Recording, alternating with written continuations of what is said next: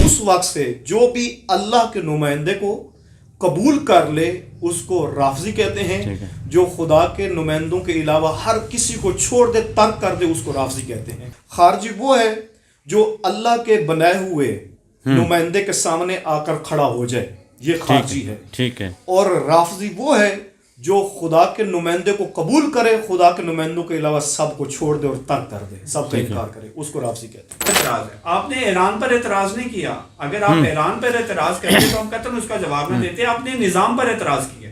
बिल्कुल। और कौन से निजाम के ऊपर? उस निजाम के ऊपर जो इस वक्त जो है वो बातिल के सामने खड़ा हुआ है डटकर। सवाल तो बनता था अरब ममालिक के हुक्मरानों के ऊपर, सवाल तो बनता था तमाम मुसलमान उम्मा के जितने भी हुक्मरान हैं उनके ऊपर सवाल बनता था कि वो इस वक्त क्यों खामोश बैठे हुए हैं, वो इस वक्त क्यों चुप बैठे हुए हैं।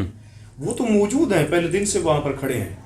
वो जो खड़े हैं उन पे सवाल उठाया जा रहा है, जो बैठे हैं उन पे सवाल क्यों नहीं उठा रहे। खूब। सवाल तो उनके ऊपर उठता था ना। हम ये अपने अंबिया के सामने और अपने इन बरगुज़ीदा हस्तियों के सामने शर्मिंदा होना नहीं चाहते। हम किसी को शिया करने के लिए, उनकी नुसरत के लिए आवाज़ नहीं उठा रहे और ना उनकी नुसरत शिया करने के लिए कर रहे हैं, बल्कि हम इसको अपना इलाही फरीज़ा समझते हैं, इसको दीनी फरीज़ा समझते हैं, इसको इस्लाम का हुक्म समझते हैं, इसको रसूलुल्लाह का फरमान समझकर इसके ऊपर अमल पैरा है। ईरान के अंदर जिनका मज़ार है इनका नाम बाबा शुजा अबू लोलो फिरोज है।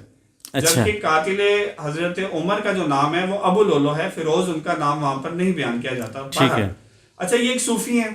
मजे की बात यह है कि वहां पर आज भी जो मुजाविर है वो अहले सुन्नत है।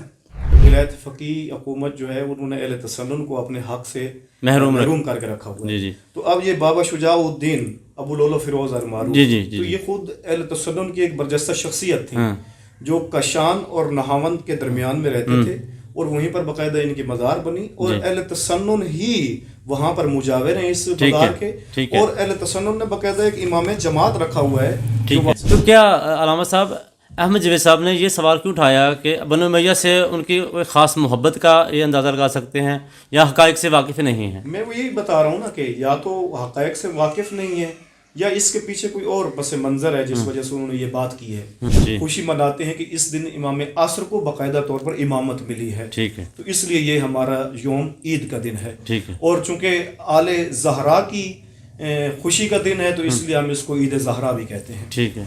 नबी के बाद मासूम का होना ज़रूरी क्यों है और क्यों हम आइमा को मासूम कहते हैं? जी। तो अब नबी की मसनद पे जिसने बैठना है, जिसने कवानीन इलाही का इजरा करना है, अब या तो वो गैर मासूम हो। अगर गैर मासूम होगा तो उससे खता लाज़िम सज़ा दोगी। खूब। ये तज़ाद है इसके अंदर। बहुत खूब। तो फिर वो कैसे नबी के मसनद पे बैठ के कवानीन का इजरा कर सकता है?